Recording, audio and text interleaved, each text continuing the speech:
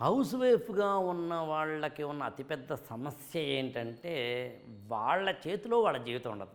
నాకు తెలిసి ఈ భూప్రపంచంలో అత్యంత దుర్భరమైన స్థితి ఏదైనా ఉంది అంటే వాళ్ళ లైఫ్ వాళ్ళ చేతిలో లేకపోవడం.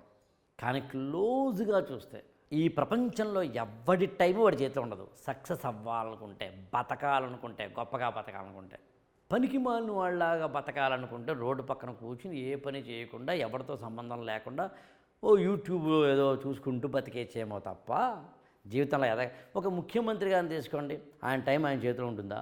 ఆయన బతుకు చేతిలో ఉంటుందా? ఓటర్ల చేతిలో ఉంటుంది, ప్రజాస్వామ్యంలో ప్రజల చేతిలో ఉంటుంది, మినిస్టర్ల చేతిలో ఉంటుంది, ఆఫీసర్ల చేతిలో ఉంటుంది.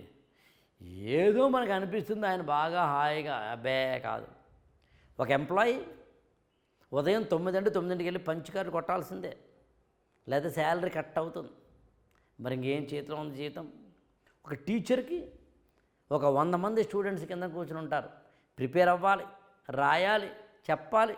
మరి అందులో హౌస్ వైఫ్లకి మాత్రమే మా జీవితం మా చేతిలో లేదు, మా ఆయన చేతిలో ఉంది, మా పిల్లల చేతిలో ఉంది, మా అత్తగారి చేతిలో ఉంది. ఏం కాదు. ఈ ప్రపంచంలో ఎవడి చేతిలోనూ వాడి జీవితం ఉండదు. ఎందుకంటే మనందరం కలిసే సమాజంలో ఉంటాం కాబట్టి. అయినా మీ చేతిలో మీ టైం లేదా? ఓ పని చేయండి. అయితే జూన్ 1 నా బర్త్డే. మీరు ఏం చేస్తారంటే నా బర్త్డే నాడు నేను ఒక ఐఏఎస్కి స్పెషల్ బ్యాచ్ వేస్తున్నాను. 8897826108 అని మా ఆఫీస్ నెంబర్కి ఫోన్ చేయండి. ఏమొద్దు, పెద్దగా ఏమీ, నా టైం తీసుకోండి. Conditions apply. ఒక హౌస్ వైఫ్గా మీరు ఎలా ఐఏఎస్ అవ్వడానికి అవకాశాలు ఏంటి అనేది నేను కొంచెం డిజైన్ చేసి చెప్తాను మీకు. ఇది ఇలా చేయండి, ఇలా వద్దు, ఇలా ఉండండి, ఇలా వద్దు. ఇలాంటి ఒక 365 రోజులు ఏదైనా ఒక ప్లానర్ కనుక మీ చేతిలో ఉంటే ఈజీ అవుతుంది. ఏది ఏమైనా ఒకటి మాత్రం నిజం, యుద్ధం చేయాలని నీకు ఉంటే తప్ప ఈ భూప్రపంచంలో ఎవడూ నిన్ను గెలిపించలేడు.